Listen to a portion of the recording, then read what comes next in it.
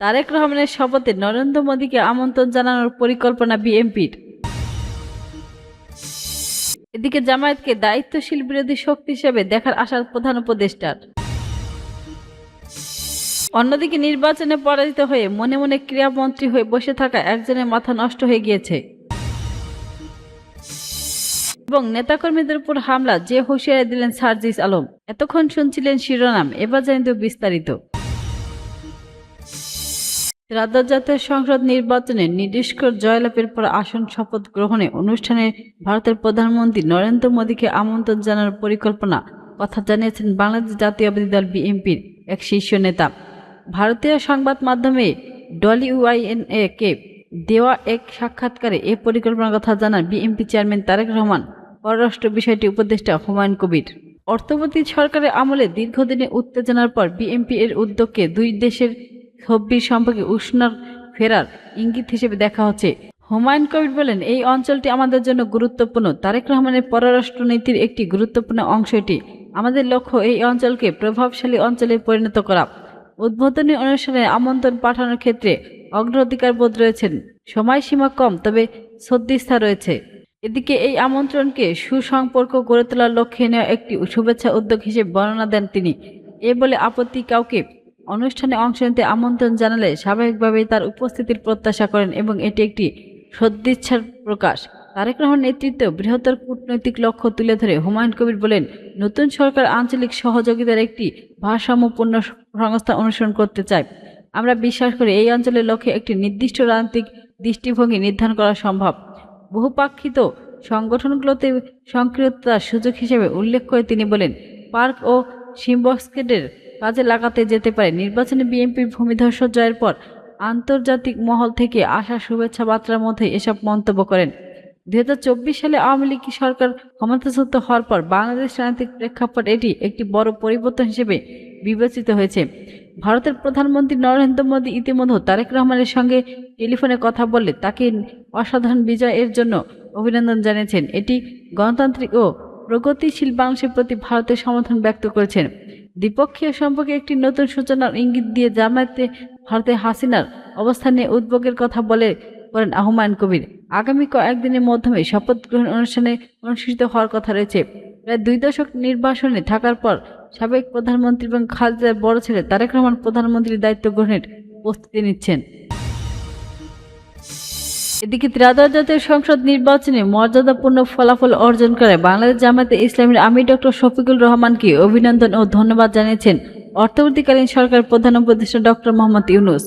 শনিবার এক বার্তায় প্রধান উপদেষ্টা বলেন, ত্রয়োদশ জাতীয় সংসদ নির্বাচনে আপনার নেতৃত্ব দলীয় প্রার্থীদের সক্রিয় ও ব্যাপক অংশগ্রহণ, ধীরে প্রতিদ্বন্দ্বিতা এবং পরবর্তী নির্বাচনের ফলাফলকে শান্ত ও মর্যাদাপূর্ণভাবে গ্রহণ করার জন্য আপনাকে আন্তরিক ধন্যবাদ জানাচ্ছি।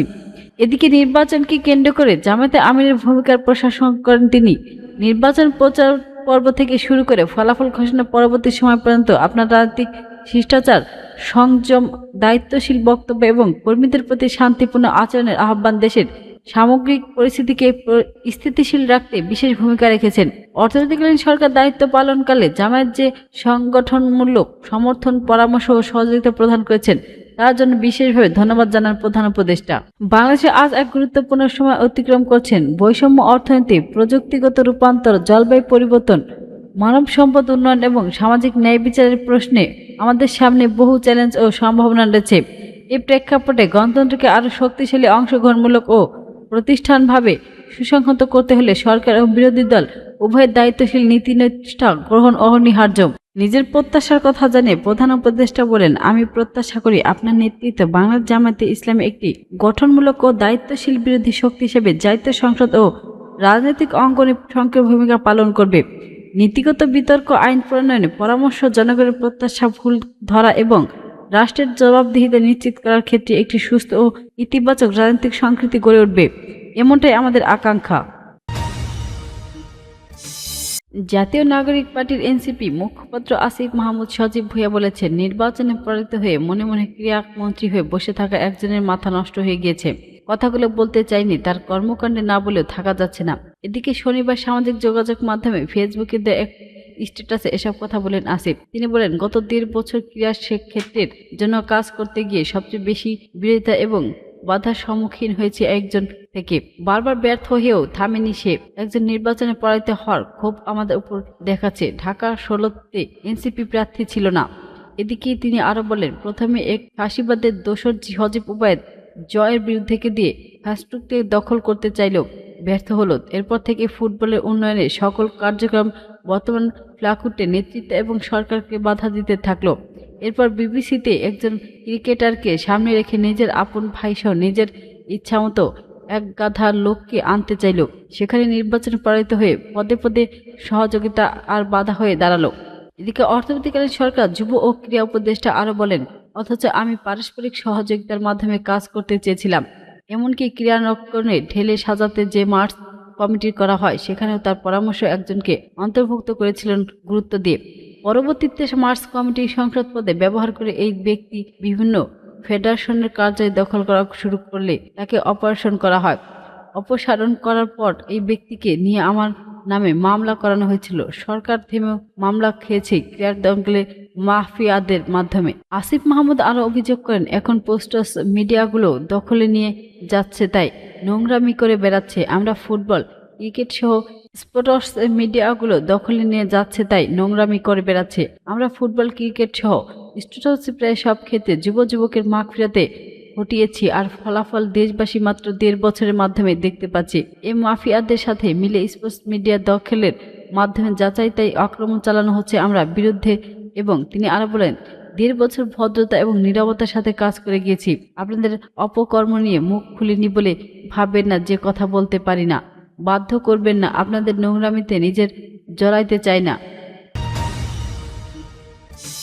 পঞ্চগড়ে জাতীয় নাগরিক পার্টির এনসিপি নেতাকর্মীদের উপর বিএনপি নেতাকর্মীরা হামলা চালিয়েছে বলে অভিযোগ করেছেন দলটির উত্তরাঞ্চলের মুখ্য সংগঠক সার্জিস আলম। বিএনপির নেতাকর্মীরা এমন কর্মকাণ্ড করতে থাকলে ছাড় দেওয়া হবে না বলে হুঁশিয়ারি দিয়েছেন তিনি। এদিকে শুক্রবার দিবাগত মধ্যরাতে সামাজিক যোগাযোগ মাধ্যমে দেওয়া এক পোস্ট লাইভ বক্তব্যে সার্জিস আলম বলেন, প্রায় 300টির মতো জায়গায় আমাদের নেতাকর্মীদের উপর আক্রমণ করা হয়েছে, তাদের রক্তাক্ত করা হয়েছে, বাড়িঘর দোকানপাটে হামলা করা হয়েছে। বিএনপির স্থায়ী পর্যায়ে বেশ কিছু নেতাকর্মীরা এমন কর্মকাণ্ড করছে।